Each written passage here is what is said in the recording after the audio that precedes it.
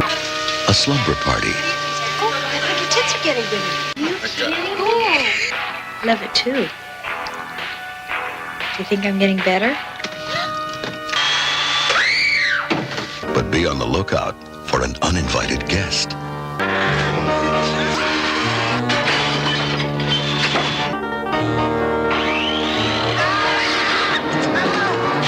The Slumber Party Massacre. Close your eyes for a second and sleep forever.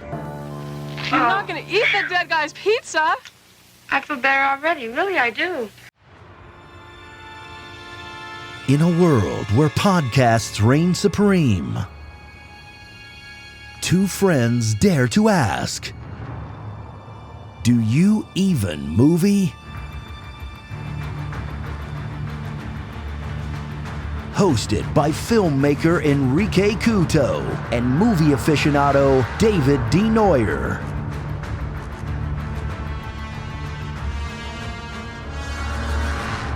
Spoiler alert.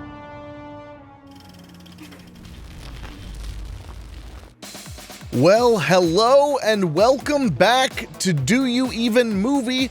I am, of course, your host, Henrique Couto, here with my good buddy, but not my slumber party buddy. Not my... What? What'd I do? You're like, I'm going home after this. You never want to paint each other's nails. No, I don't. You're right. Not anymore. Not anymore, no. Gosh, I swear.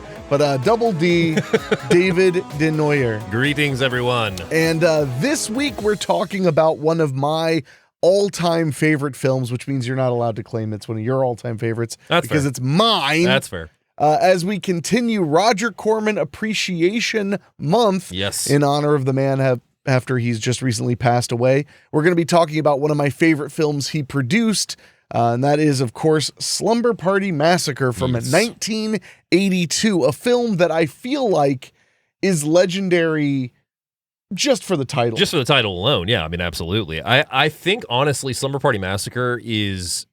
I don't know if it's his most famous horror title, but it's got to be one of them up there. Well, from just the notoriety of it. With our age and everything, yeah, we really can't, understand how huge those Poe movies were, though. Yeah. His Poe movies were massive Next theatrical level hits, but I mean, all of them were. Yeah.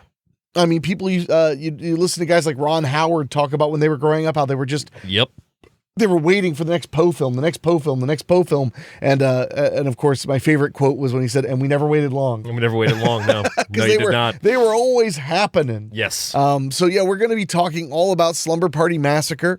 But first, Dave wanted to say something very important. Oh, I did I? No. I was going to say. I thought you just wanted to mention we saw that one... yes. We saw in a violent nature. Yeah. So why don't you tell it? Go on. So, hey, I'm tired. Yeah, you're fine. We ventured out to the theater last week and saw In a Violent Nature. And for those who are not aware of In a Violent Nature, it is one of the most talked about new horror films right now that is in theaters. Was it limited releasing? Well, talk about really bringing the scope down. The most talked about horror film currently in theaters. Well, I couldn't remember if it was limited or not. Yeah. It was a relatively limited engagement, I thought it was limited, I believe. Yeah. So we went to the theater and saw it. And for those who aren't aware, it's the story of a Jason-like killer that comes back when somebody takes one of his totems. I thought it was the story of a girl who cried a river and drowned the whole world. When she smiled. Oh my God. But anyway, what's unique about the film is that it's done entirely with the killer, meaning that you basically stick with him the entire film. Nearly the entire film. And it's being called ambient horror. Yeah. Because there's minimal dialogue. Yep. We do, as a slasher movie, it does give us the backstory by the killer eavesdropping. Yeah. But for the most part, it is the killer's perspective. So it's a lot of walking through the woods, a lot of somewhat planning and setting traps, and a lot of luck. Could have used more traps. Could have used a lot more traps. Sure. I mean, I think that what the film did was extremely interesting. Absolutely. In that there hasn't really been what I would call a serious slasher movie that's from that perspective. Yeah, I would say the same. I think what I really liked about it, one of the few things I really liked about it was wow, you hear that? One of the few things. Hateful Dave is here.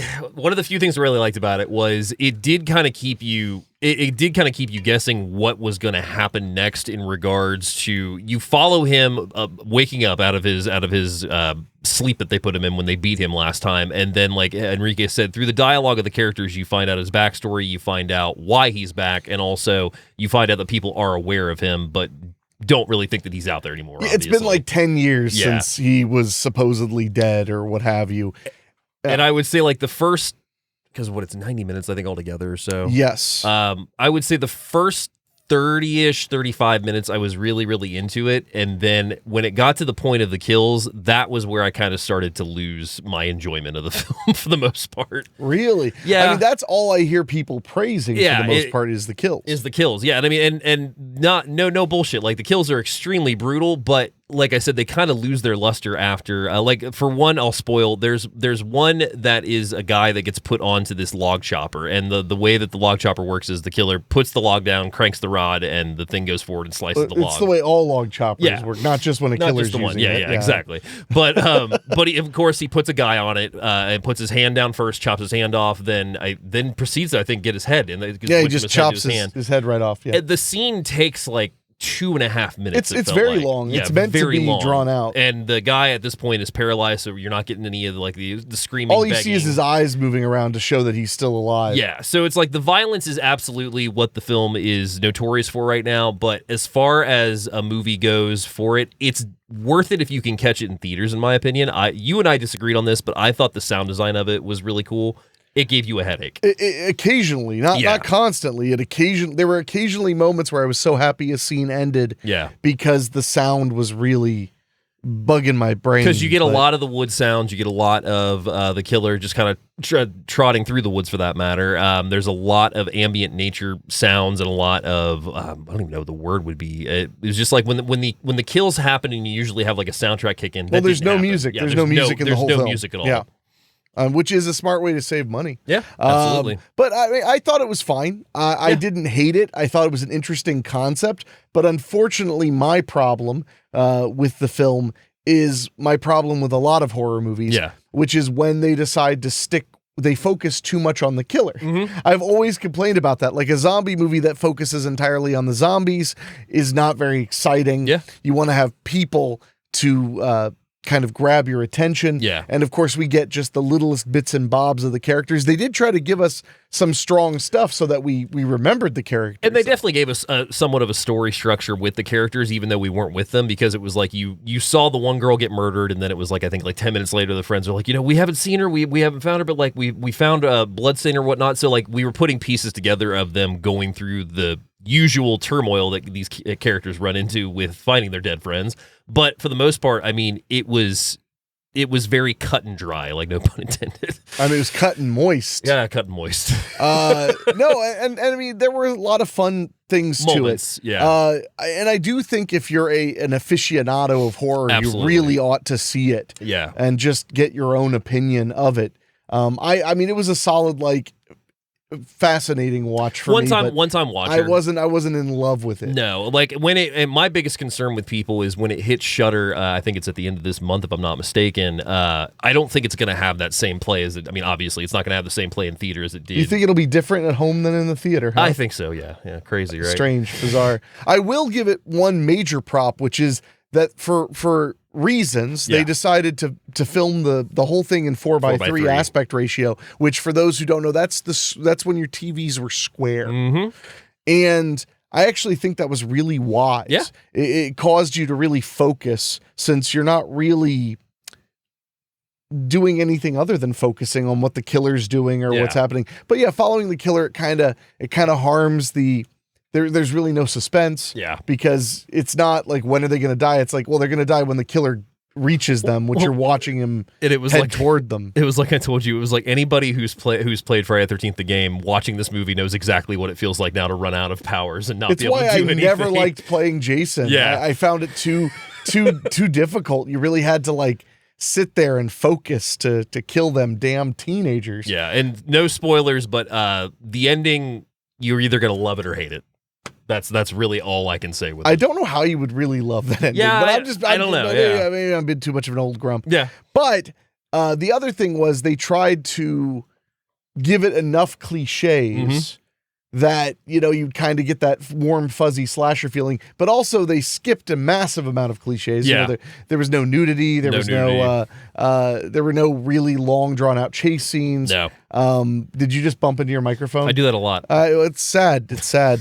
I'm going to have to start charging you when you bump into it. Hey, it's not a cheap microphone. Stop it. Hey, but that all being said, now let's talk about a film that is about as cliche as you can, but of course it's from 1982. Yeah. So it created many of the cliches that we all know and love in the slasher genre.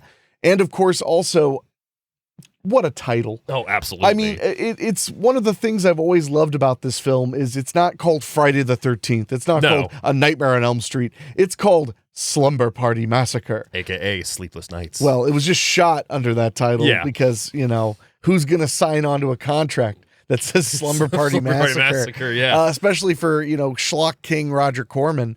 But yeah, so let's dive into, this is one of my all-time favorite movies. It's a great one. So let's dive into it right now, Double D. All right, so we're talking about Slumber Party Massacre from 1982, 1 hour and 17 minutes. That's right, 77-minute runtime, which... Most Roger Corman films hit about 75 to 80 at the most. Yeah. Rated R, and our director of this film is Amy Holden Jones. She gets her start working for Corman as an editor in 1976 with Hollywood Boulevard. Goes on to edit Corvette Summer in 78. American Boy, A Profile of Stephen Prince in 78 as well. Secondhand Hearts in 80. And then in 1982, she becomes the writer and director on one of the writers on Slumber Party Massacre. Then does Love Letters, which she's also a writer and director on in 83. Made to Order, she's also a writer and director on in 87. The Rich Man's Wife, she's a writer and director on. And then she becomes a writer on Mystic Pizza in 88, which is the Julia Roberts film. Right.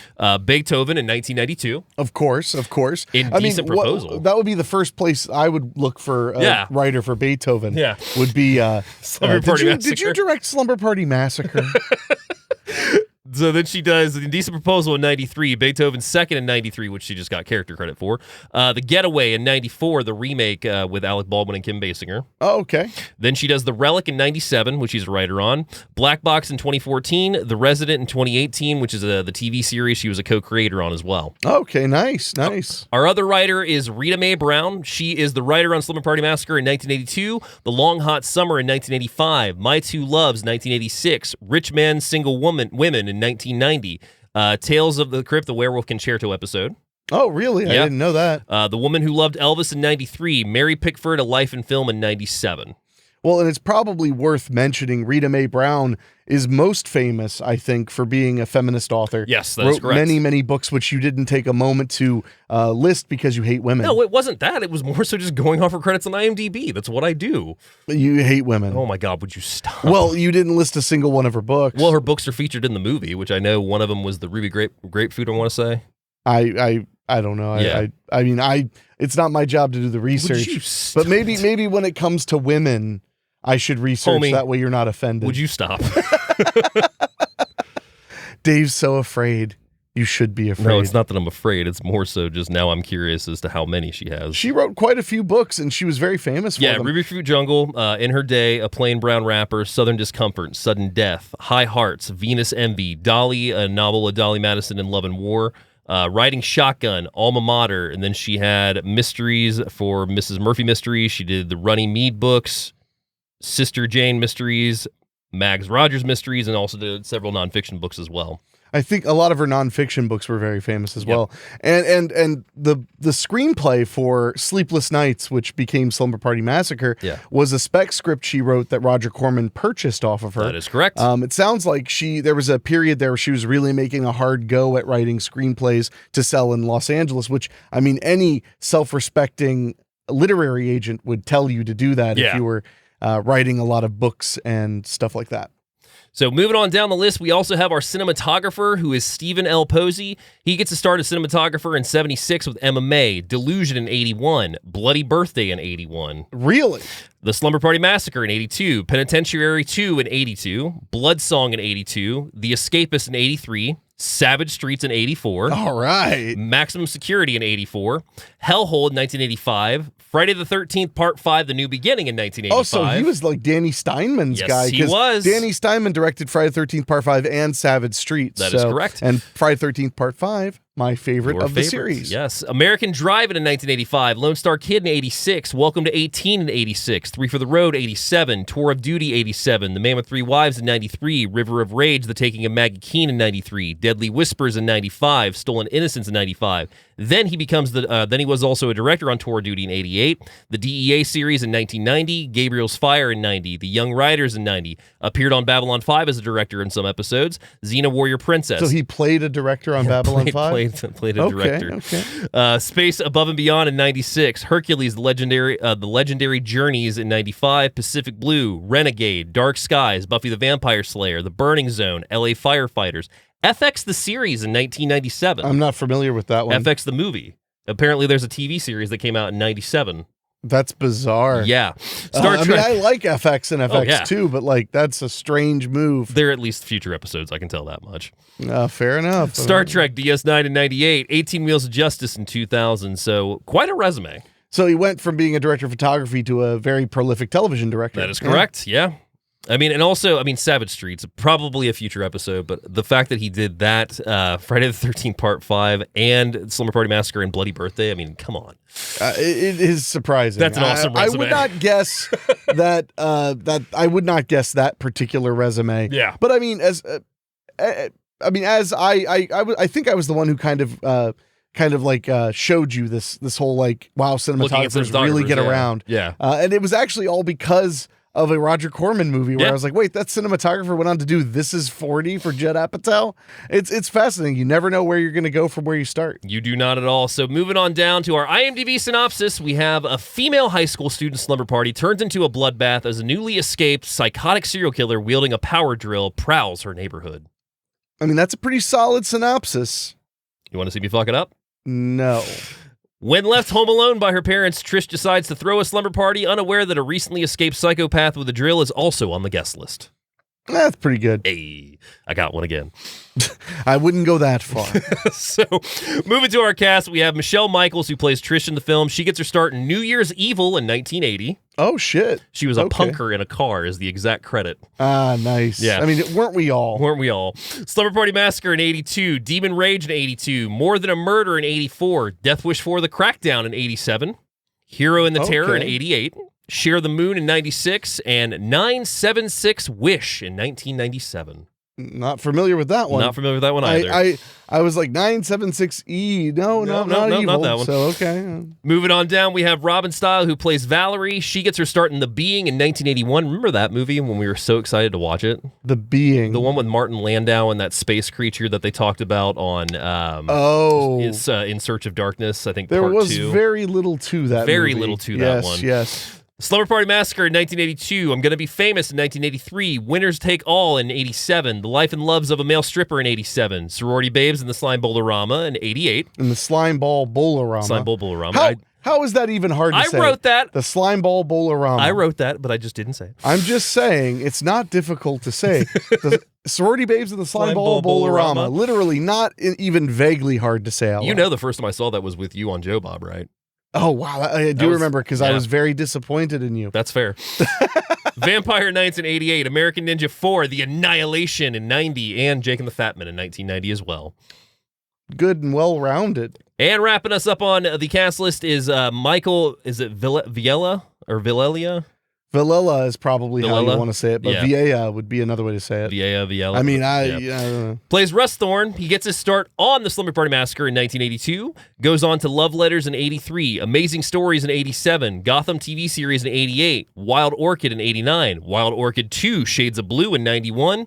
And then does Getting Away with Murder in 2007.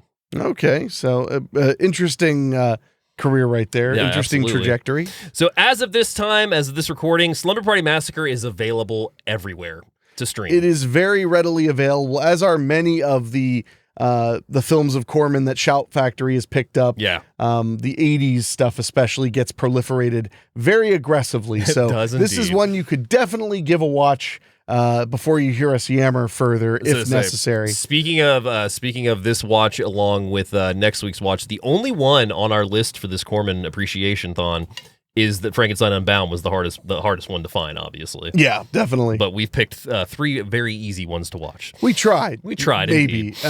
Dave's the one who's always like, let's do this one. And it's like, you can only watch it if you find the other half of a sacred amulet.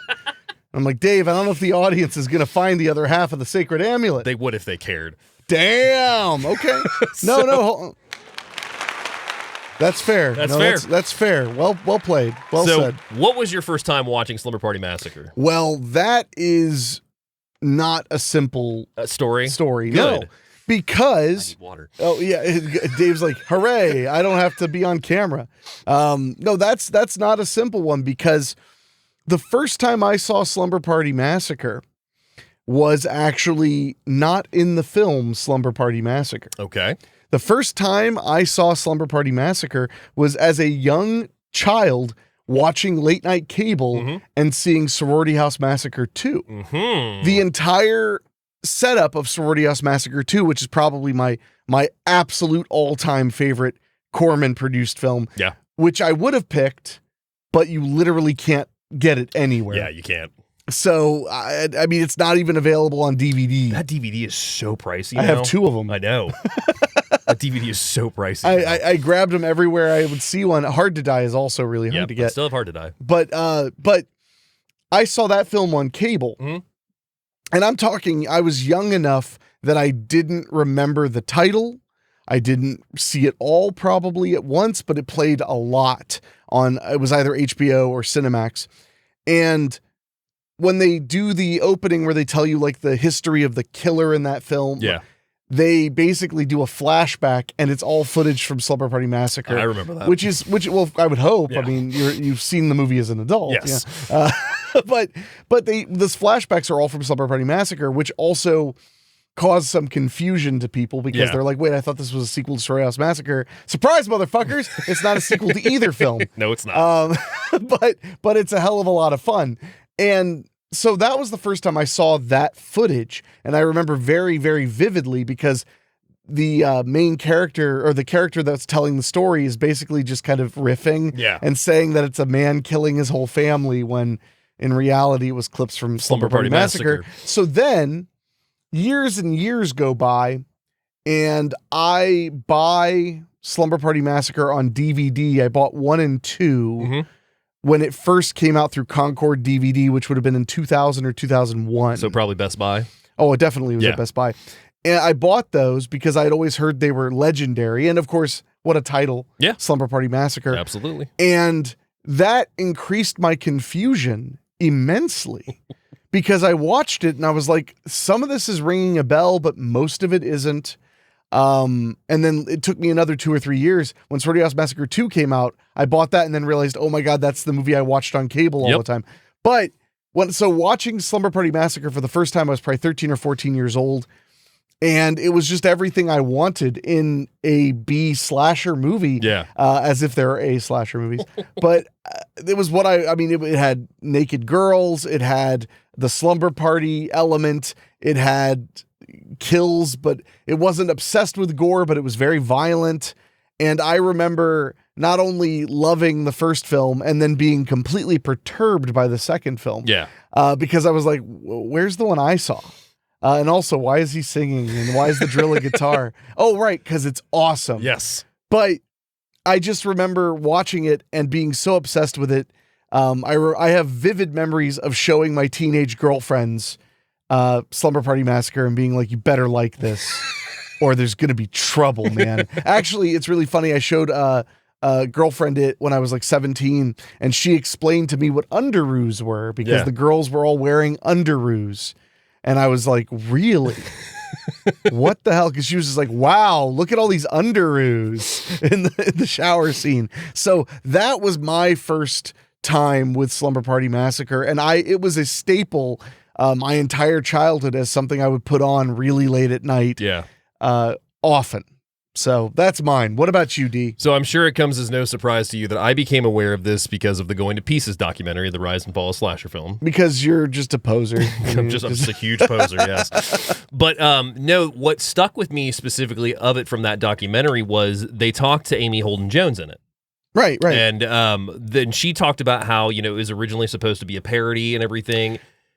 I don't buy that. We'll get into I don't that. buy that, by the way. Yeah, we'll get into that. Yeah. But no, what I was fascinated by was just how tongue-in-cheek it was from the clips they were showing, because they showed the clip with the pizza boy, which we'll talk about, of course. Oh, sure, yeah. And they showed Brinke's death, the chasing through the school Brinke and everything. Stevens' death, Brinke yes. Stevens' death. And I was just like, holy shit, I have to see this. Well, it was at that time when I got that documentary at that point, that DVD was long out of print. Oh wow, yeah, because you poser, you didn't know what was happening. But yeah, no, I think it would have been like 2006, 2007 or so. It would not have been that out of print by then. Not out of print? No. Okay. It just wasn't easy. Those went really out of print in like 09, 2010, somewhere. I'll put it in there. that way. They weren't easy to find unless Sure, I went through online at that point. So it wasn't until I was in. I had to have been my 20s. Yeah, it would have had to have been my 20s. I was manager at FYE, and Shout released or had re-released the triple pack. You were refused a wonderful childhood. So I'm pricing things one day, and I come across that box set, and it had gone down to like $9.99. Like it was one of the titles on sale, and I immediately just remember pricing it and then just putting it in my stack that I was going to buy that night. Right. Yeah, and this is of course parts 1, 2, and 3. That together. Shout Factory packaged together. So I remember going home and I was watching the first one. The first one ended, and I was like, "Wow, that was really cool." I bet the second one's got to be decent. And I remember texting you. I don't know if you remember this or not.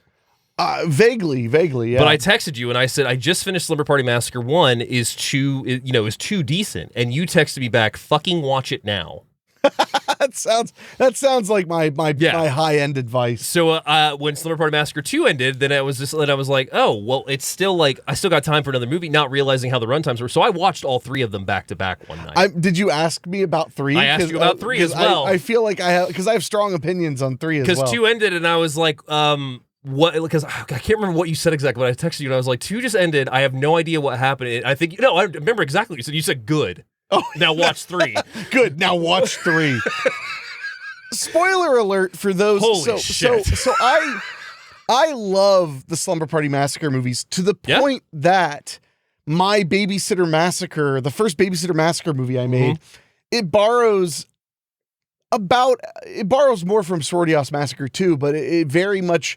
I had that kind of mindset of Slumber Party Massacre, but when I went out to make the sequels, which we just wrapped part 2 and 3, when I went out to make them, I literally patterned it after how Slumber Party Massacre was done. Yeah. So that means that the first film and the second film are sequels to each other, although they could be vastly different. They're sequels, direct sequels. And then the third one, it's just another movie that kind of fits the bill. But what's great about this, and this is why I'm saying a little spoiler for you. Yeah. The reason I love them extra is because you have Slumber Party Massacre 1, serial killer with a power drill killing young girls. Yep. It has legitimate scares. It's funny, but it's not a comedy. Yeah. It's not a comedy. Yeah. Then you get 2. The killer is literally singing and dancing and has a drill that's on top of a guitar. That is correct. And he's murdering people. There's wild dream sequences, amazing insane stuff. Songs. Oh my God. So there's a killer, like a greaser hair dude killer with a guitar drill. Then 3 is just a guy who got raped who starts killing people. That's correct. He got raped as a child. He starts killing people. What a dichotomy. Yeah. I love that dichotomy. Yeah. I love that they're so different. 3 is really scary, really mean-spirited, really dark, unpleasant, but it's still kind of a fun slasher movie. It absolutely is. Till basically the end. At the end, it gets really, really heavy. The last 10 minutes, you're gonna be like, oh shit, I thought I liked horror. Yeah, you feel pretty bad about yourself, as you should. But no, I mean, it was one of those movies that just that first experience of watching that triple pack, which I probably watched several times before I upgraded to the Blu-rays. This movie I realize each time I watch it, I love it more and more. Well, I really do think it all comes together so well. The actors were so gung-ho. The director took the material as seriously as she could. Yeah. And I really do believe that. And I think it just all comes together. It's a sweet spot where it's like, it's a slick enough production. One of the things Corman could do is he could get a production off the ground. Yeah. And it may be only $100,000, $200,000. Yeah. But it doesn't look as cheap as, no offense to them, but like as Friday the 13th, the first one. Yeah. Like Friday the 13th, like I once was at a drive-in showing and they showed Halloween, A Nightmare on Elm Street, and Friday the 13th. I was there too. You jumped our car. Oh, sweet. I'm so funny. I do remember that. Yeah. But the one thing I noticed was like, boy, did Friday the 13th look a lot cheaper than the others. Yeah. And of course, Nightmare on Elm Street had a much bigger budget than both combined, but Halloween was like a $200,000 budget. It looked slick and sharp and cool and whatever.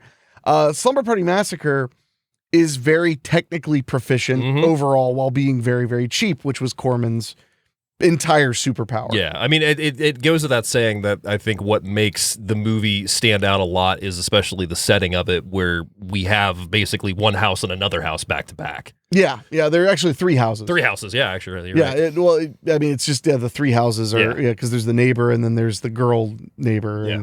And, but for me, growing up, Slumber Party Massacre was an example of like the highest level of fun a horror movie could be outside of like Dawn of the Dead or something. It was the movie that like made me in a lot of ways want to make little silly horror movies, to the point where, you know, I held the torch for making my own massacre movie for almost 20 years, I guess, because I made that first one. Yeah. Like, so that's kind of why it's got a very special place for Absolutely, me. Yeah. Very much. And I'm not even that big of a slasher person. You're really not. Yeah, I mean, I like slasher movies. I'm the one of us between that will actually buy and watch damn near all of them. Well, I mean, I would love to watch them all for curiosity's sake. And we have a large amount of them. and don't get me wrong, like I fucking throw down on Friday the 13th and Nightmare on Elm Street, Halloween. I mean, I watch the hell out of those movies. Yeah. But I do think that the slasher boom is a little tiring sometimes. It is. Absolutely. I could only imagine what it was like to actually be living through it. No shit. I mean, because I have a book all about the slasher films, and it's crazy how many were just coming out every week, not every month, every week. Like there was at least 2 or 3 new ones. Well, it all started with Halloween, but then Friday the 13th sent it into friggin' overdrive. Yeah, into like made it go nuclear. Yeah. So and there's more to that I want to say about Slumber Party Massacre's place in slasher movie history. Yeah. But we'll get to that when we talk about the claim that it was a parody. Okay. Which I deeply disagree. I've got a fact about that, and we can absolutely talk about this. You ready to get into this? I thought we already were. All right, so we open with a shot of a nice white background, and then Slumber Party Massacre slams onto it, and we get the famous key music, basically. Key music? Key music, theme music. Sorry. Okay, that makes more sense. Yeah, and it's a very much a full blown early synthesizer score. Yes, on a Casio, baby. I mean, basically. But back when Casios were like $900, that is also and $900 was like $10,000. That is also true with inflation. So we open with a shot of a nice home in a nice neighborhood, and we see a paper boy going around throwing his papers out, and we see the paper lands, and we see Russ Thorne escaped as the headline. And if for those who have seen this movie many times, you may not have noticed, this is worth pointing out, that paperboy's earning his money. That kid is trudging up that hill. He's riding uphill on his bike, and I felt so, he's like, So it makes sense, though, because I'm guaranteed he only got one take. Probably. So we meet Trish as she wakes up in her room, and she wakes up to a scream on the radio as we hear a woman that's won a contest, which is one of the funniest bits of the movie, because she's like, did I win tickets to the Stones, blah, blah, blah. He's like, you've won a T-shirt. A T-shirt to from our radio station, and she literally just goes, oh. So Trish begins to get dressed, and the radio breaks into a news report about Russ Thorne, who is having escaped from the asylum and killed 5 people some years past, and he's, of course, wanted because they want to get him back in the institution. Well, I mean, it's nice to be wanted. It's nice to be wanted. So Trish wishes her parents well as we come downstairs because her parents are leaving for the weekend. So she's talking to her mom, and her mom's like, do you lock up the house? Make sure you lock everything up. Oh, and Mr. Content, the next door neighbor, he's going to keep an eye on you as well. Yeah, and he's like one of the least cliche elements, because he's not really the creepy neighbor. No.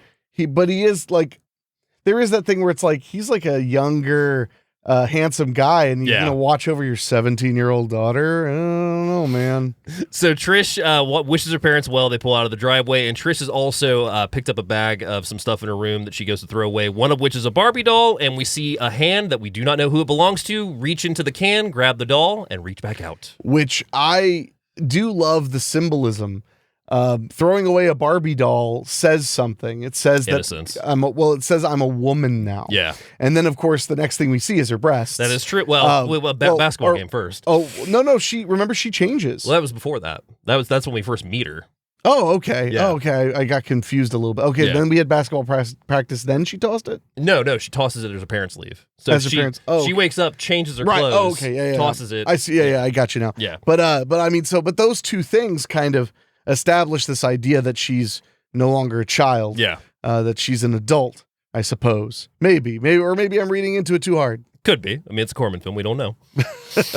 So Trish puts the bag in the trash. The hand reaches it when, like I said, we see somebody take the Barbie doll and we don't know who. So then we cut to school and we meet Jeff and Neil, who are walking into towards the school, and they see a phone operator coming down from a pole, and Jeff decides that he's going to try to hit on her. So he starts... oddly attractive phone operator. Absolutely. Or phone technician. That would be yes. the word. Yeah. Yeah, just like she's like a cute little blonde with a bandana on, and he immediately...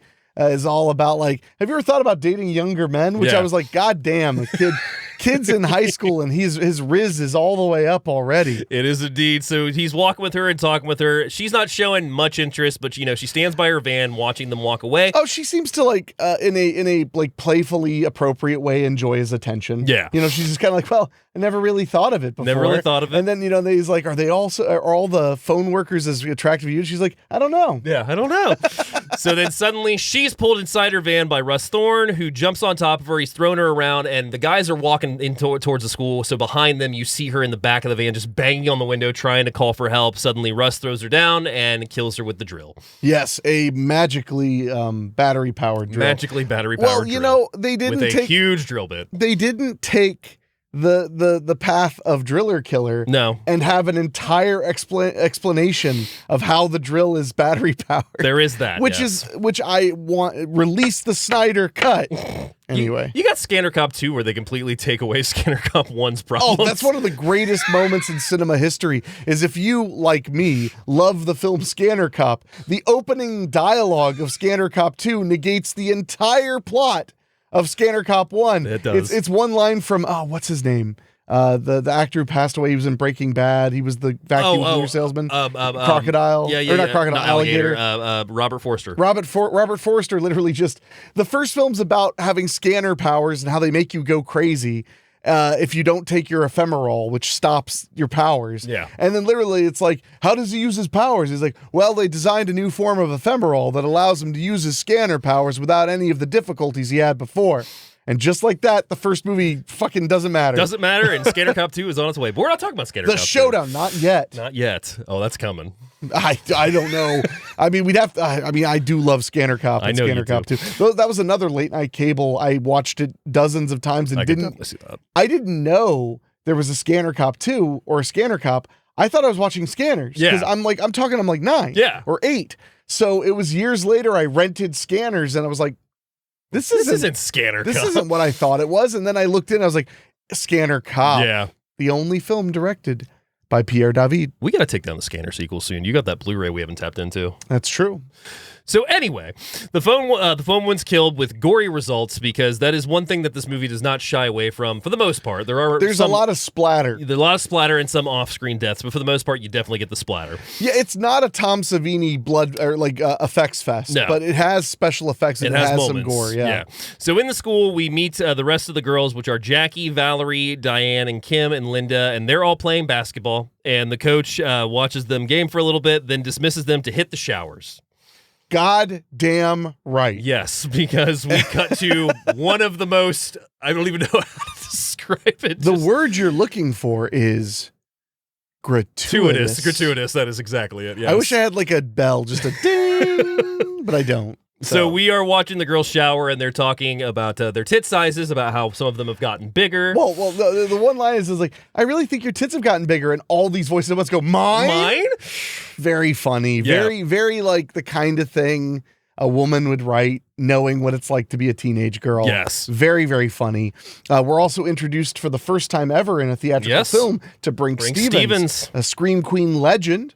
And this is her first role, first speaking role in a theatrical film. And she also went to star in Boggy Creek, the series. She did star in Boggy Creek, the series, my My Bigfoot series available now on Tubi and the Roku channel. So we meet Linda, and she gets invited to the party, and Trish is inviting other people to the party, and that's when they try to convince her to invite Valerie to the party, because we find out Valerie just moved into the neighborhood, just started going to the school, and she actually lives right behind Trish. Right. But Diane is not really a fan of Valerie.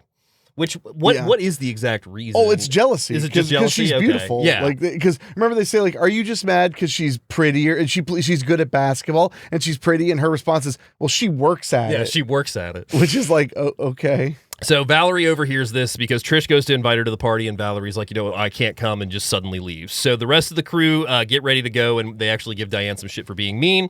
And that's when Linda finds out that she has left the book that she needs inside her locker, so she has to go back into the school. Real quick, though, one of the best lines when the mean girl is being mean, and they tell her, like, you're being way too mean. Yeah. And she goes, you're such a snob. She goes, all the best people are. All the best people are. What a great fucking line for a teenage girl. All the best people are. That is definitely a great line. So now Linda is making her march to get her books out of the locker. But she's being watched by somebody, because we cut to the van, the telephone operator's van, and we see Russ, of course, has killed her. And we get a quick glimpse of her body in a dumpster, right? Yeah, it's in a wide shot as all the kids are walking by. Yeah. It's from high up, so we can see there's a corpse in the dumpster. But nobody else sees it. No. They just walk on right by. So Russ watches Linda walk back into the school. Linda, going back into the school, runs into Coach Jana, and she's like, well, what are you doing here? She's like, oh, I forgot something in my locker. She's like, okay, well, hurry up, because the school is about to lock up and you won't be able to get out, which I learned they do not chain doors like that. Maybe not at your fucking white bread school. It's a fire code violation. I looked that up. A fire code in the 1980s? I mean, I'm just telling you. Okay, they were like, well, don't chain those doors. We got lawn darts to play with, guys. Let's get out of here. Don't chain that up. My grandma wears dentures with fucking uranium in them.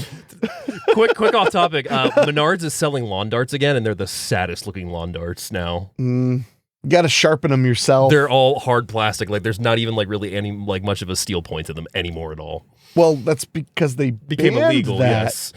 Well, that's the funny thing. When people talk about lawn darts, they're like, why was it so hard to ban? Well, they didn't ban them from existing. They banned them from being marketed to children. To children, yes. It's like they didn't ban cigarettes. They banned cigarettes from being sold to children. Yeah. So, but I'm just saying, I mean, my school was pretty intense about locking shit up. I don't know that they used a chain. That's the only thing is I only ever see the chain on the doors in movies, because like the one that comes to mind, the two that come to mind are The Faculty in the very beginning when What's-Her-Face is running from Robert Patrick, and then Cutting Class when Jill Schoelen and Brad Pitt are trying to run out and the guy's coming at them with the axe. The doors are chained and they can't get out. I mean, maybe it's that they chain certain entrances and exits, but not all of them. That could be. Maybe. I don't know. I'm not a school doctor. I don't know these things. I'm not a school scientist. So Linda goes back into the school, and we get a really beautiful high-up shot inside the gym as she's walking towards the locker room. That's when she runs into Coach Jana. So she goes to get her book, and then she goes out to one of the doors, finds it locked, goes out to another door, and that's when Russ pops out and hits her with the drill right in the arm. Cuts her arm up, and she starts running for it, and we get our first chase scene. Yeah. Our first cat and mouse game between Russ Thorne and poor Linda. Poor Linda, played by, again, Brinke Stevens. So she gets to a point where she's hiding out in the locker room. She's locked herself behind a door, and she's bleeding out from the arm. And she starts to get a towel to try and wipe up the blood because Russ is walking around looking for her, can't find her. And then all of a sudden he looks down and he sees that blood is coming out from under the door where he's standing. So he drills right into the door, opening it, and unfortunately dispatches of Linda. Yeah, it's an off-screen death, but we assume he drilled her in the head. Yeah. I do, and good storytelling, the puddle of blood, because she's laying there trying not to scream. Yeah. And trying not to, give herself away, but the blood gives her away. Blood gives her away. But, depending on the canon, if you count Cheerleader Massacre, then Linda didn't die. Linda did not die. She actually survived just barely. Can you even find Cheerleader Massacre anymore? It's hard to get. Actually, I don't want to name names because I don't know if I should, but a buddy of mine who runs a certain label was telling me that he wanted to get Cheerleader Camp 1 and 2, and it was a mess. I can imagine. Trying to get them. Cheerleader Massacre, totally different movie. Cheerleader Massacre, the first one directed by Jim Wynorski, produced by Roger Corman's son, Roger Corman Jr. A fun romp one of the earliest Corman films made on what we call the small camera, DV cameras. I don't know if that's readily available now. You made me wonder. Why don't you talk and I'll look. Because I remember I think I watched both 1 and 2 on Netflix. I mean, this has been like almost... 2 is almost impossible to find. It was on Netflix. That's how I watched it. I never got to see it. Oh, it's nuts. It's like CGI. And there's robots like crazy. It's nuts. And stuff. I've seen clips. Yeah. But it was also like very random how it even came about. Like, I was shocked when I found Corman it. was barely making movies outside of Sci-Fi Channel at that point anyway. Yeah. So Linda is dispatched, and so we cut back to Jeff and Neil as they're walking out and discussing the party because they want to get invited to the party, but the party is girls only.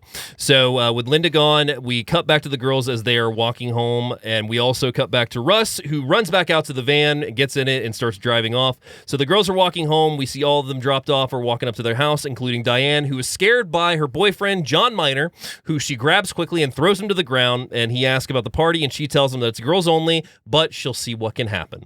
We also see that Coach Jana arrives home, and we have one of the best fake outs of the whole movie is she goes up to her door, and suddenly a drill bit goes right through it, revealing that it is actually her friend who is drilling a handy woman. Yeah, handy woman who's drilling the peephole for her. Yeah, which is such a great fake out. Cheerleader Massacre, the DVD's insanely expensive. I'm positive I have one laying around here somewhere. I might even have 2 again.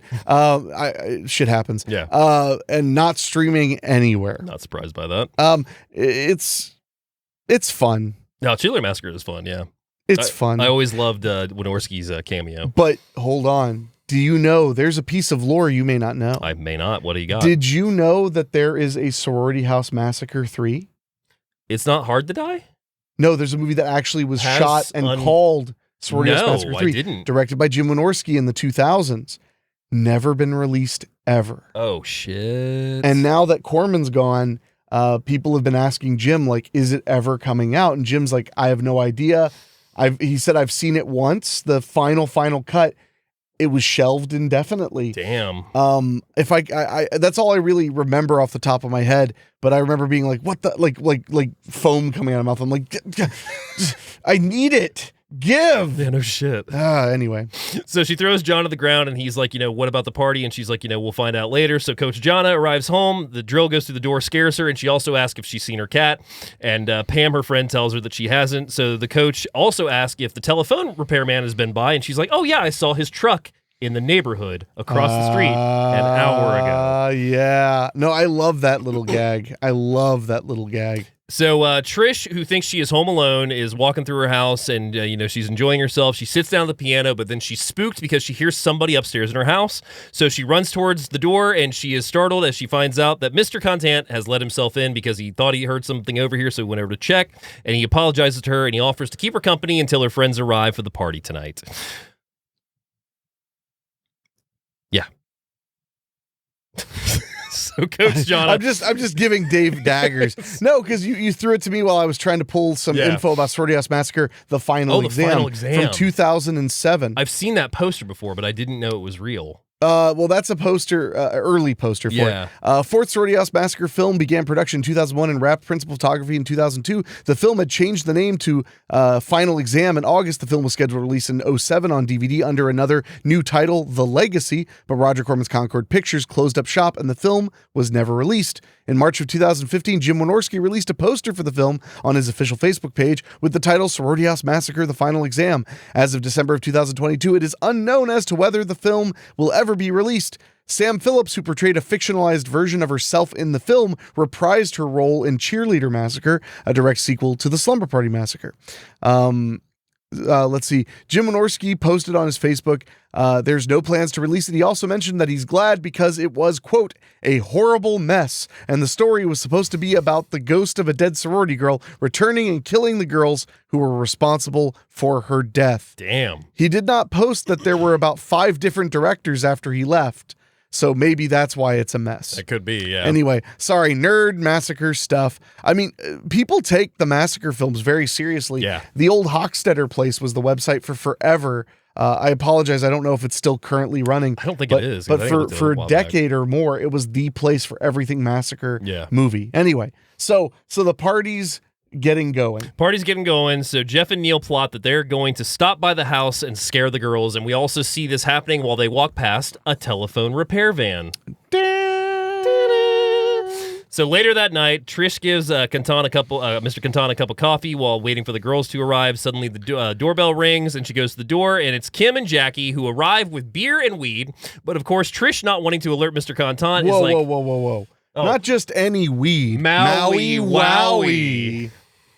So not wanting to alert anything, Trish is like, hey, stop that. And that's when Kim is like, oh, no, we got good stuff. Maui Wowie. Canton bends down to smell the bag, and he's like, what's he say? I can't remember. I forget the exact. I mean, he basically says something about it smells good. Or something. It smells good, and that's when he tells Trish that don't worry about it as long as she doesn't tell her parents that he scared her. He won't mention the weed, and tells the girls to have a good time, and he goes to leave. So Valerie is now home with her sister Courtney, and Courtney asks her, why isn't she at the party? And she's like, weren't you invited?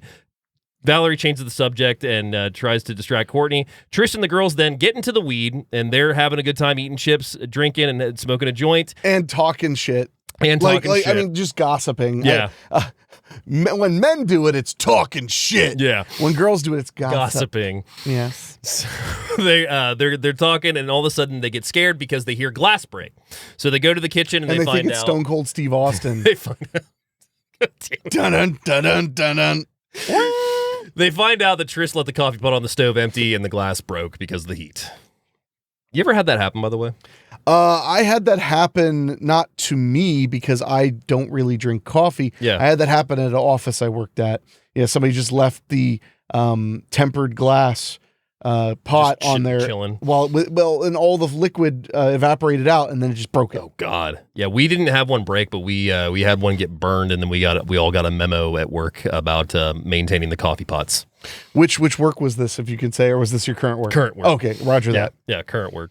Well, I mean, it's not like you did anything wrong. No, yeah. I get you. Yeah. So that is when they decide that they are going to go back to their party, and we cut back to Courtney and Valerie, and they're sitting at home reading. Suddenly, sounds of the trash cans echo, and Courtney goes, "Oh, it sounds like the dog's gotten to the trash again." She's like, "Why don't you go look?" And Valerie's like, "Well, why don't you go look?" So then Valerie ends up going out. She says, I'm not going to go out in the dark all by myself. I'm not stupid. Yeah, so then Valerie gets up and goes to look, and sure enough, she finds the cans are knocked over, and she goes and puts them back up. But as she's walking back, she walks past a swing that is now swinging that was not before. Yes, it's eerily moving as if someone may have just stopped swinging. Stop swinging, indeed. So as she's out in the cans, we also cut to Courtney, who is back in the house, rummaging through her room under her bed as she pulls out a Playgirl, but not just any Playgirl. No, the Playgirl with Sly Stallone on the cover. That is correct. Darn tootin'. And she sits down on the bed and starts going through it. So Valerie cleans up the trash cans, and she finds the swing moving. She gets freaked out, runs back inside the house, and that's when Jeff and Neil arrive at Trish's house, and they're just spying on the girls outside their windows as they start changing. Which is, I mean, so classic. Yes, the boys crashing the girls' slumber party. Such a classic concept. So Valerie makes her way back into the house, and she's like, Courtney, are you okay? And she's like, yeah, I'm doing my homework. And she's like, just make sure you don't take out the centerfold this time. Busting her immediately knowing what she's doing. And it's funny because Courtney literally has the centerfold in her hand. Yeah, she's literally was like pulling it out of there. Getting ready to pull it out. So that's when Neil and Jeff, again, are still watching the girls change, and that is when they cut back to the house. And, excuse me, I lost my place here. Apologies. Always. Yeah, I know. Always. So they're spying on the girls, and Diane decides that Diane actually arrives while the girls are in the kitchen. She scares them. So she's hanging out with the girls, and she goes out to offer to get them firewood, and we see her go out to get the firewood, but she's being watched by somebody as a cleaver drops into frame as somebody's holding it right behind her. Oh, yeah. And yet another brilliant fake out for Slumber Party Massacre as we realize it's the neighbor. It's the neighbor. And he's out snail hunting. Killing slugs. And actually, they were snails. Oh, snails, yeah. And actually, one of my favorite things is she's not startled at all. No. And then she reveals her dad does on the same snails hunt. So she's like, oh, yeah, my dad does that all the time, too. Because they eat his garden. Yeah. And Diane got spooked by the snail because she goes to reach for the wood. The snail touches her, and that's when the cleaver comes down, killing it. So she dismisses Mr. Contant, and he goes back hunting for snails because he says that he's had 53 and he's looking for one more, which he finds in the driveway, but right as Russ Thorne sneaks up behind him and kills him. Drills his throat, and his body drops right in front of the snail that he was about to Massacre. That is correct. So back inside, Diane scares the girls by dropping the firewood as Jackie is reading horoscopes from a magazine. Trish then goes to shut a window because she's like, is it cold in here? So she goes out to shut a window, but she catches sight of someone spying on them behind the garage. She looks back to see at the window now a Barbie has been stuck to the window with the cleaver, and it is her Barbie from the morning. Yes, so it's all coming back around, maybe. Maybe indeed. So worried the garage is still open, she asks Diane if she closed it. Diane says, I don't know. So Diane and Trish go out to the garage, and they find it closed, but she did forget to lock the door. So she locks it. They go outside of the garage right as Russ Thorne rises up inside the garage, revealing he was hiding in there as well. Or maybe it wasn't him. Maybe it wasn't him indeed. So back at Valerie's house. We're going to tell you it wasn't really him. It wasn't him.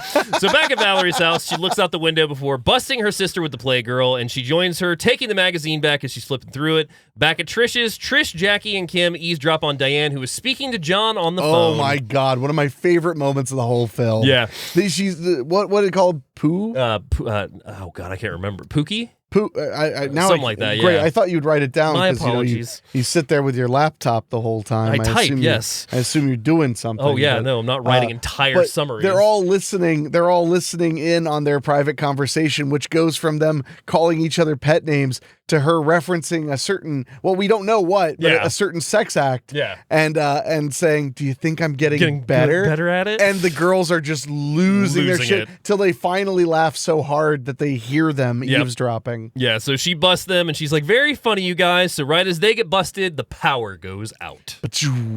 So now they're in darkness, and Kim goes to look for a flashlight, finds it as Trish and Jackie light candles. Diane comes down from downstairs, and Trish suspects that they blew a fuse, so they have to go back to the garage to check on it. The super scary garage. It's not really a very scary garage. Not very scary garage. But I mean, it's an average garage. So the three start making their way back to the garage. One of them is spooked by Diane, who joins them halfway. And in the garage that we see somebody is hiding. We don't see who, but we see somebody is still hiding in the garage.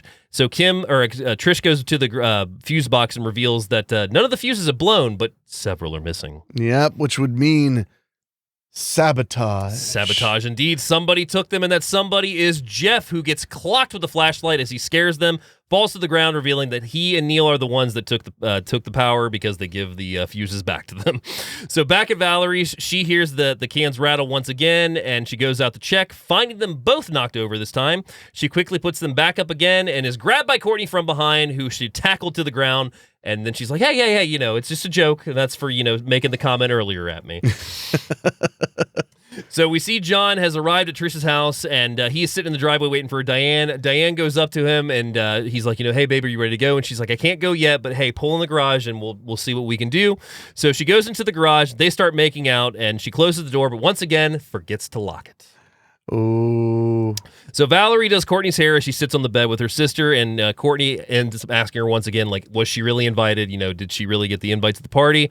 And Valerie confesses that she did, but she just didn't feel like going because she wanted to hang out with her. Yeah, which is a lie. A lie. And the lie detector showed that was a lie. No, but it's a cute. I like the B story. I love with this the two sisters, because her sister's probably supposed to be 14. Yeah, and she herself is 17 or 18. Yeah.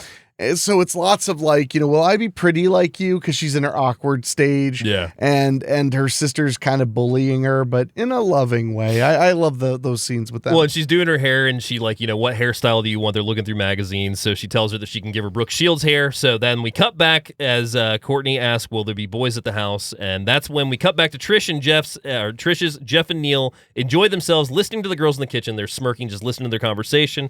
And Trish comments on Jeff's eye about how it's getting worse. It's going to turn into a shiner.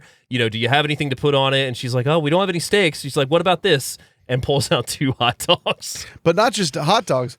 Armor hot dogs. Armor hot dogs. The dogs kids love to bite. No, but I don't know if they don't actually. Yeah. But Jeff is like, he's like, I'm not putting that on my eye. So in the garage, Diane and John start to make out, and he asks her, can they get out of here? And she's like, well, I don't want to leave them. And he's like, well, they'll understand. We'll come back. So Diane goes to leave and tells the girls, hey, John's here. We're gonna go out for beers. We'll be back. And Trish is like, sure. Yeah, they all know that she's got more practice to do. Yeah, more practice. So Trish tells Diane that she doesn't have to ask permission, and Diane returns to the garage. She goes in for a kiss on John until John's head falls off his body inside the car. Hate when that happens. So she screams, but her screams are drowned out by the blender as they're making drinks inside, and she tries to get their attention by honking the horn, still drowned out by the blender. So she tries to escape, but the door to the garage is locked, and that's when Russ is shown right in front of the car holding his drill with his bloody hands, and he goes up to Diane, who drops to her knees crying, and unfortunately is also dispatched. Well, by and this Russ. is when we get one of the most iconic shots of the entire film. We see her almost like a not a Dirty Harry movie, but like a Clint Eastwood Western, where we see the legs are framing the shot, and she's scared, and then the drill between them is very subtly representing a certain part of the male anatomy. Subtlety, indeed. And it's a great moment, which they then recreated on the poster and all of the marketing material for the film. poster that has none of the girls in the movie on it. It has one of them. It is one, Yeah. So that is the end of Diane. I like that was so matter of fact because I just fucking know. Yeah, that's right.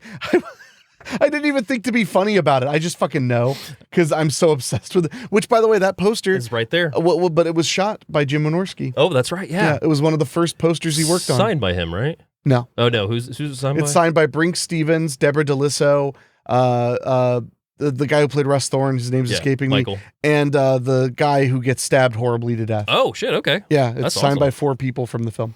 So back at Valerie's house, Courtney comments that she heard something sound like a scream, and Valerie's looking out. Sees the house doesn't look bad, so she ignores it, and she's like, it's probably nothing.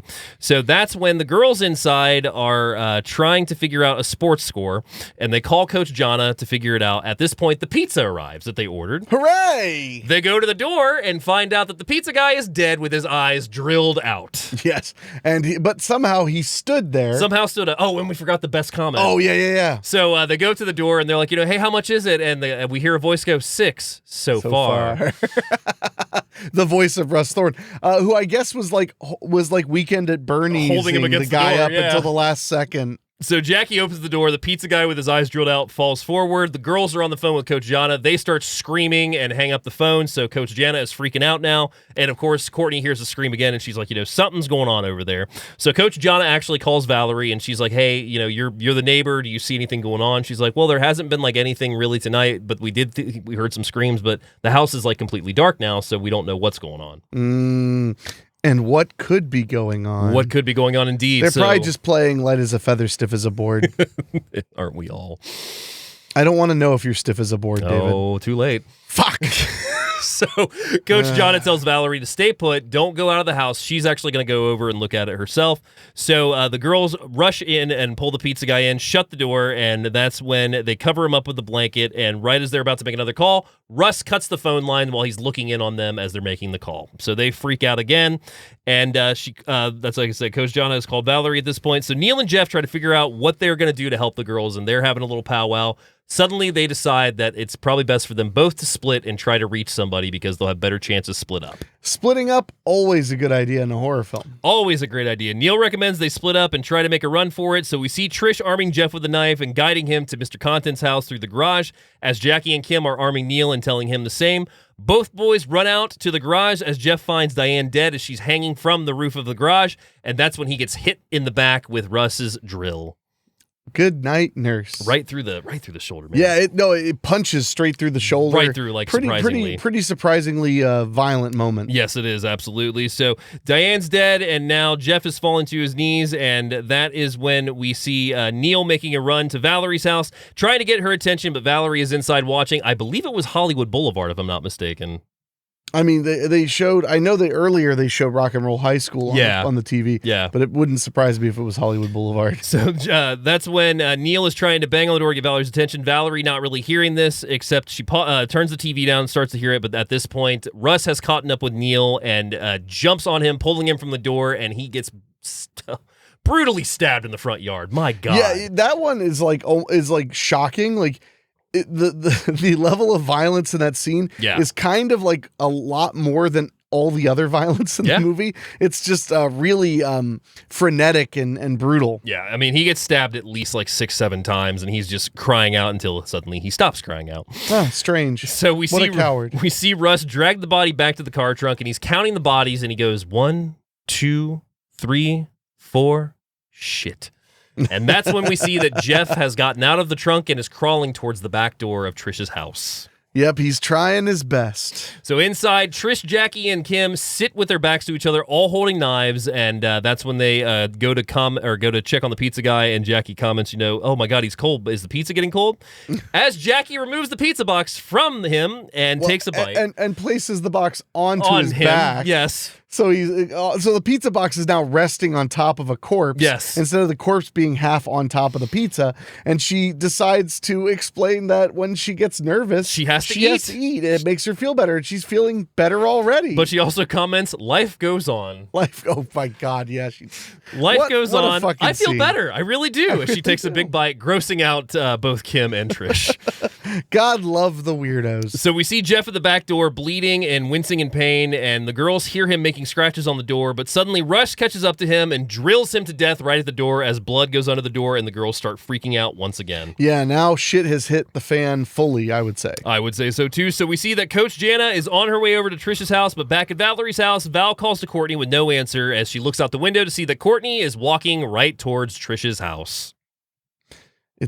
Well, I mean, I already said my shit hits the fan point. So Courtney goes to knock, but she sees Valerie's coming, so she runs away from the door. Valerie knocks at the door, but there's no answer. Suddenly, Jackie runs downstairs to let her in because she realizes it's Valerie and she wants to get help. But as she opens the door, Russ Thorne pops out, catching Jackie right across the throat with his drill, killing Jackie as she falls to the ground. Yeah, but at least she was calm because her stomach was full. Right? That's true. So Kim and Trish run back upstairs, barricading the door in the bedroom. Val makes her way out back, noticing some blood, and she goes to touch it, but suddenly Courtney appears stating that they should lock up and go home.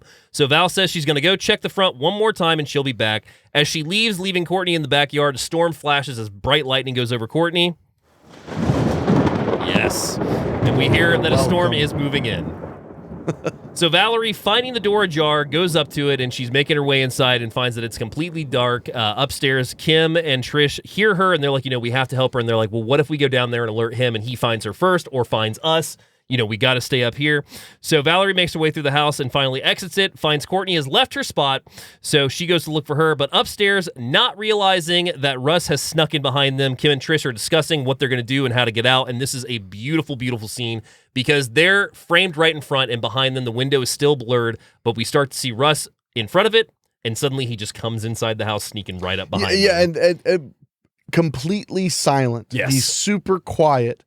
He just is coming up as they're having their conversation. The camera is just letting you know he's there. He's right there. It's a great moment of suspense for the film. So suddenly, of course, Kim and Trish feel his presence in the room, so they get up and run, he creaks the floor. Oh yeah, he creaks the floor. Yeah, so and at the worst possible, he's like almost on top almost of them right there when he finally. Yeah.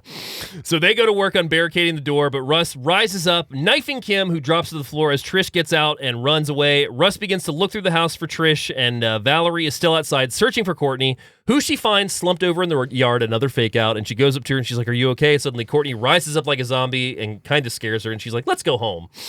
Yeah, why not? Let's get out of here. So before they go home, they first go in to Trish's house.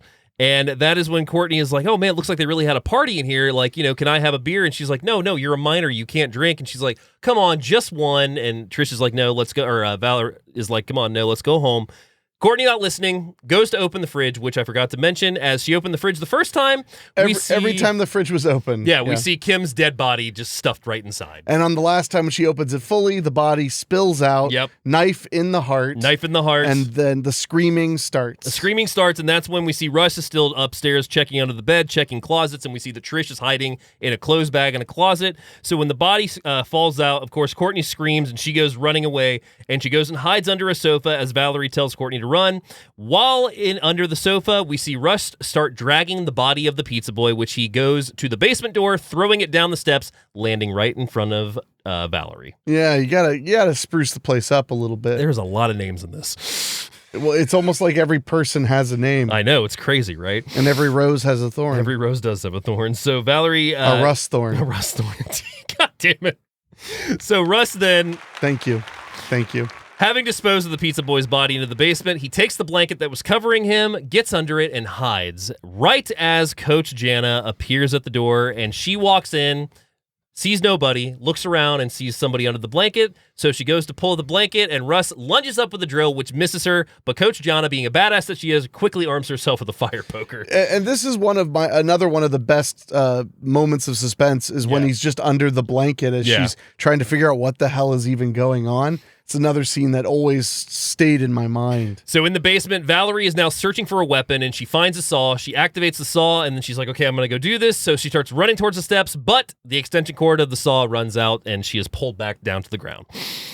So Courtney, watching under the house, trips Russ, who is approaching Coach Jana, and she beats him with the fire poker as Trish runs out, stabbing him, but it's pulled away by Coach Jana, who then unfortunately gets a drill right across her gut, which is Speedo one of the most heartbreaking deaths in the movie for me. Because it ruins her awesome Speedo Her t-shirt. Speedo shirt, yes, that is correct. She had a t-shirt with Speedo on it. You know, just celebrating the brand. So, and sadly, she dies in it. Sadly does die. So in the basement, Valerie finds a machete, so she makes her way running upstairs. Upstairs, Rush has now cornered Trish, telling her that you're all very pretty girls, very pretty, and that he loves them, adding that it takes a lot of love for someone to do something like this.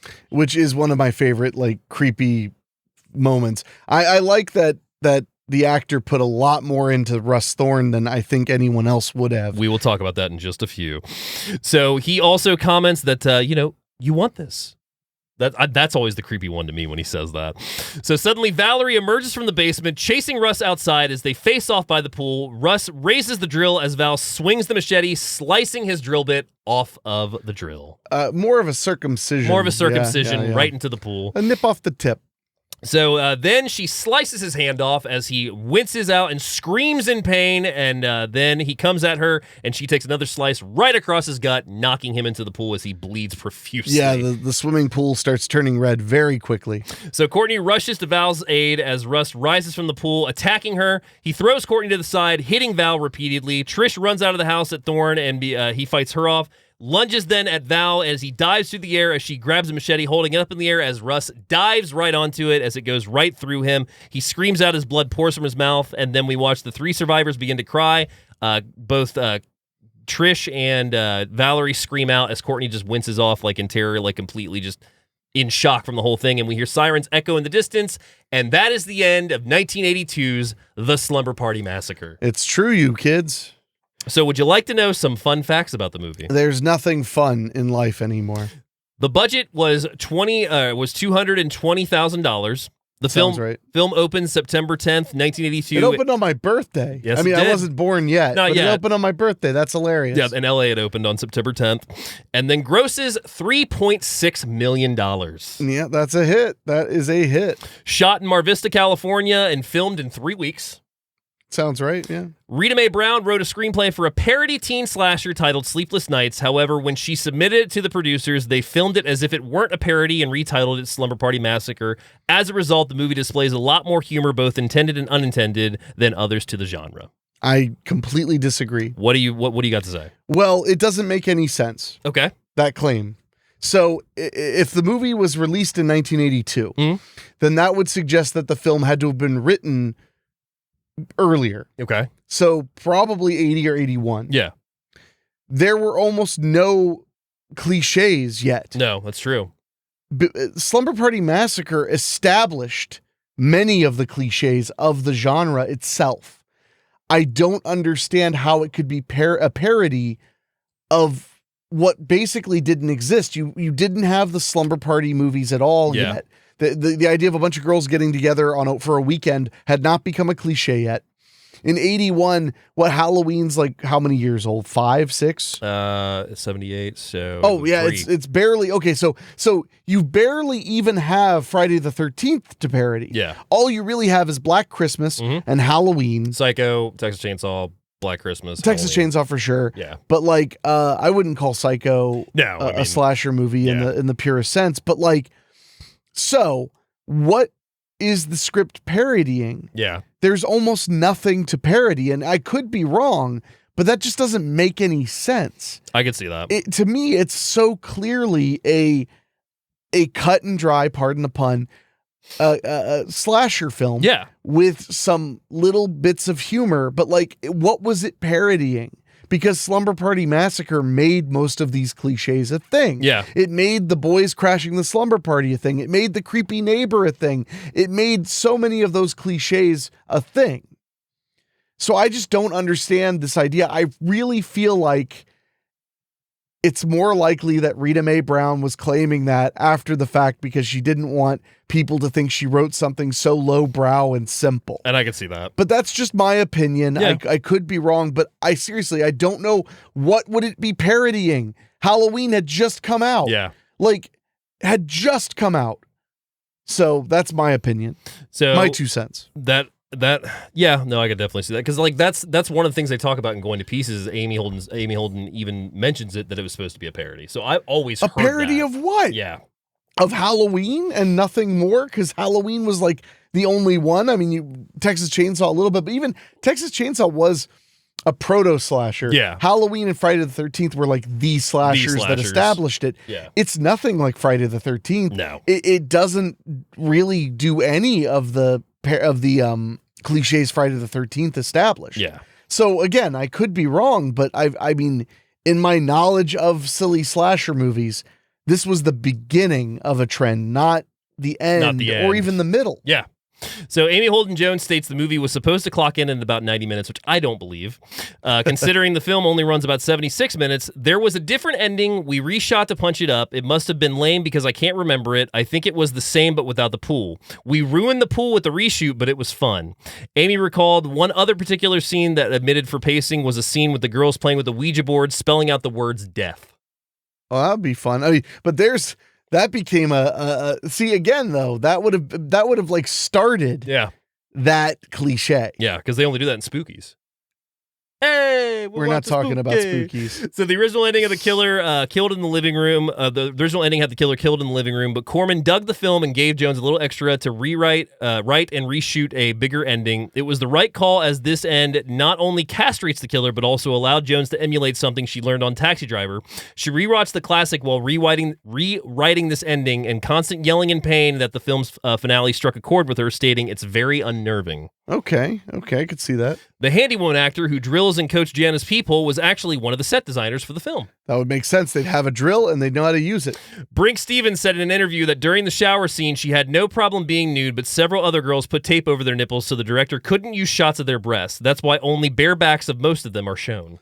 That is a common thing. If you don't trust the camera, then you put tape on your nipples. The overhead shots in the gym before Linda's attack were achieved by having the cameraman on top of a cherry picker because the film had a low budget and the crew couldn't afford a camera crane. Well, and the cherry picker, honestly, I don't think Roger would have been thrilled to pay for either. Probably not.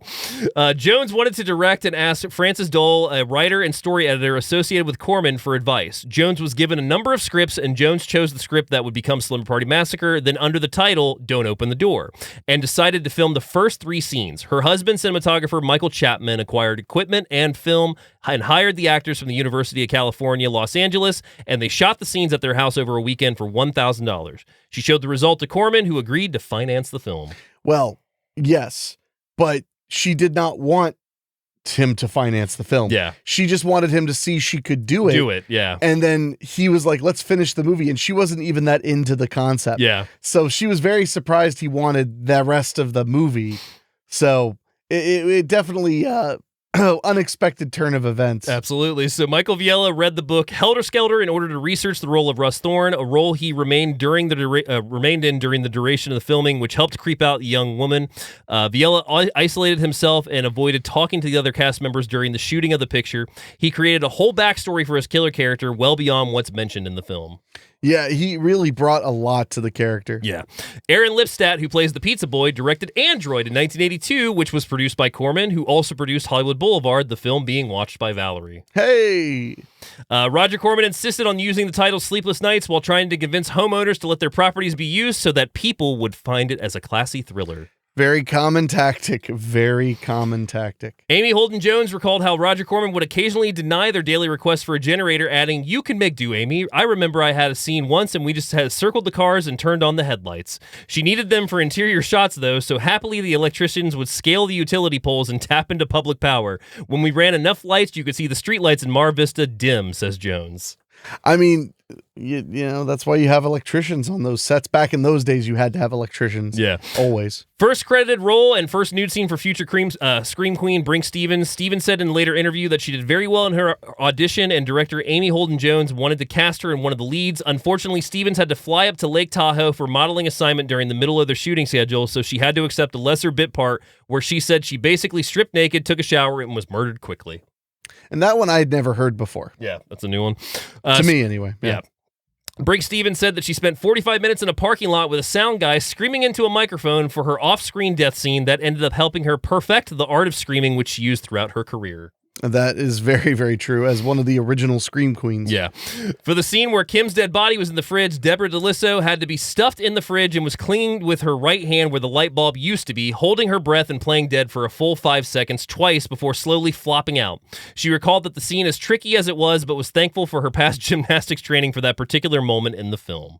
Yeah, it would be very hard to prop yourself up in there like that. Yeah. I can't imagine. The most difficult scene for Michael Villella was when his character fell into the pool because he isn't a swimmer and he hated water. The pool water was freezing cold and he had to float in the pool for several minutes during and between takes, much to his disapproval as he wanted out. Well, I mean, it's California. How cold could it be? Brinke Stevens, who plays Linda in the movie, revealed some funny specifics behind Linda's death scene at Seminole Wasteland panel in 2013. The director, cameraman, and assistant clapper person, boom operator, and blood pumper were all crammed into one spot where Brinke's character was described as the size of 2 tables. Before Thorne drills through the door and kills Linda, the door has a sign stating emergency drill procedures. And the auditorium, another sign was pasted on the wall that said, "Join the drill team." I remember that. Yeah, Yep. join the drill team. So those are the fun facts that we have. What are your final thoughts? I mean, I'm biased. You can't ask me, hey, what do you think of Slumber Party Massacre? It's one of my favorite movies ever. Yeah. So it's a buy it because I think it's a quintessential slasher movie. Bastard. I think it established so many of the cliches that make the slasher genre fun. I mean, because cliches are there for a reason, because people respond to them. Yeah. It's not just because writers get lazy. It's because when something works, you don't fuck with a winner. No, you don't. So I give it a buy it. I think it's if you hate horror movies, then don't even stream it. Yeah. It's a buy it for me as well. Slumber Party Massacre is a quintessential addition to the slasher boom of the early 80s. It still holds up as one of Corman's best horror films. The characters are fun to hang out with, so when they start to die, it gets sad. You really start feeling pain for them. Russ Thorne is one of the most vicious, no-nonsense killers that is a force in every scene that he's in. Yeah, no, he's really good. The score is creepy, but really drives up the intensity throughout the film, and the runtime is just you can't ask for a better runtime. You must have the soundtrack on vinyl, right? I don't. I missed out on that, unfortunately. Wow. Yeah. Pathetic. But yeah, it's a buy it for both of us. So that is Slumber Party Massacre. And as we always like to wrap up the show with a couple recommendations, I have 2 this week. First one being 1982's The House on Sorority Row. After a seemingly innocent prank goes horribly wrong, a group of sorority sisters are stalked and murdered one by one in their sorority house while throwing a party to celebrate their graduation. And the second one's kind of on the nose, but Sorority House Massacre from 1986. Female college student who recently moved into sorority is hunted by an escaped psychotic killer who shares a strange telepathic link with her. Sorority House Massacre, the original one, I'm surprised you listed that, although I remember we revisited that not long ago and we enjoyed it, but it's very similar to Halloween. It's very similar to Halloween. It's almost as bad as, what's that one, Burnt Offerings is like Offerings. Or Offerings, Yeah, just Offerings. just Offerings. Is so much like Halloween. Oh, yeah. But they're not bad suggestions. If I had to throw a couple out there, it'd probably be The Initiation, the one that takes place in the mall. Yep. That's a great With Daphne Zunga. Sure. Yeah. And Clu Gulliger. And Clu Gulliger. Well, I mean, anything is good with Clu. Yes. So, I mean, that would be like an absolute. and then maybe Chopping Mall. Chopping Mall was a close second. Yeah, I was thinking about that one myself. But Chopping Mall, for those who've never seen it, it's about killer robots. It's not really a traditional slasher movie at all, because Wynorski didn't really want to make a slasher movie. Yeah. So those would be my suggestions. Okay. Would you like to know what we're talking about next week, by the way? Absolutely not. Well, we are unfortunately bringing Roger Corman Appreciation Month to a close, but we're going out with a winner. He made 400 movies. We could just keep going the forever. podcast. Yeah. But we are bringing it to a close with one of my personal favorites of the Poe era, 1963's The Raven, starring Vincent Price, Boris Karloff, Jack Nicholson, Peter Lorre. There's a bunch of people in that movie. Well, usually you have to put people in a movie. You helps. You can try puppets. Yeah. But, The Caller only had 2 people in it. It only needed 2. Oh, we'll get to that. Oh, yeah. So, no, that sounds good. And I have an email. Oh. We had an email written in, and if you want to write us, you can go to doyouevenmovie.com or send us an email at doyouevenmoviepod@gmail.com. This one is from Christy Gordon. She's written in before, I believe. Okay. I'm pretty certain. And the subject line, you're going to love this, you little hot topic fuck. God. Have you watched Repo, the Genetic Opera? Many times. And then the body says, not that you necessarily need to make an episode about this, but if you have any interest in the horror musical genre, Repo, the Genetic Opera was a pleasant find. I rented it from a local campus video shop around 09 or 10, and then proceeded to buy my own copy. I was surprised about some of the cast: the late Paul Sorvino from Goodfellas, Anthony Head from the Buffy the Vampire Slayer, and more recently Ted Lasso, Sarah Brightman, who was the original Christine in Phantom of the Opera, and one of my favorites, Bill Moseley from House of a Thousand Corpses and Texas Chainsaw Massacre 2. That didn't surprise me that Moseley was in it because I was a fan of his band, the Cornbugs. Yes, you were. Before that. But anyway, I digress. I think you can watch it on Tubi. If you like that, there's also Devil's Carnival that has a lot of the same people involved. The second one, Devil's Carnival Alleluia. Yep. Was worth a watch, but not as good as the first. Thanks for putting out all the varied content for the podcasts. It makes driving, gardening, housework, and half marathon training more enjoyable. That is awesome. Humble brag, and I approve. Yes, and I am very familiar with Repo and Devil's Carnival. I actually went to the Devil's Carnival Roadshow back in, it would have been 2012. You little edgelord. I went to Toledo for that shit. It was in Toledo, not here? It was in crazy. Toledo in a church. The Devil's Carnival was in a ex church, because that was one of the jokes that both Terrence and Darren Lynn Bozeman were making during it. But no, I really enjoy Repo. It's one of my favorite musicals. Devil's Carnival, I've kind of softened up on the last couple years. I was not a big fan of Alleluia, but I know a lot of the songs from the first one. It's possible Repo might come to the show, but probably not. Probably not. Yeah, probably not. I'm not a musical You're fan. not a big I'm musical not fan. Well, I'm opera. It's not really a musical. It's an opera. Yeah. And operas mean like everything is sung. And I just don't like it. Yeah, very there's much. a lot of singing in that one. But no, I love Repo, and if you have not gotten the Blu-ray, it actually has several deleted scenes from the final director's cut, which has never been released and probably never will. But both Terrence and Darren have gone on to say that Lionsgate has all the rights to it now, so it's probably never going to get released again. Why would they never finish it? Not the director's cut will never get released. Period. Why would they? Why? Okay. I mean, they've got the final movie, but it was supposedly like 3 hours when it was. Oh God, yeah. So they've got a bunch of scenes that they've mentioned and talked about on a couple of their blogs and whatnot. But yeah, it's never probably going to see the light of day, unfortunately. Fair enough. Well, if you want to email us, like I said, you can send us one at doyouevenmoviepod@gmail.com. You can go to doyouevenmovie.com to find out everything you could ever want to know about the show. And remember, if you're listening on your podcasting app, leave us a 5-star rating on Spotify or Apple Podcasts. If you're watching us on YouTube, thank you for staring at us for an hour and a half.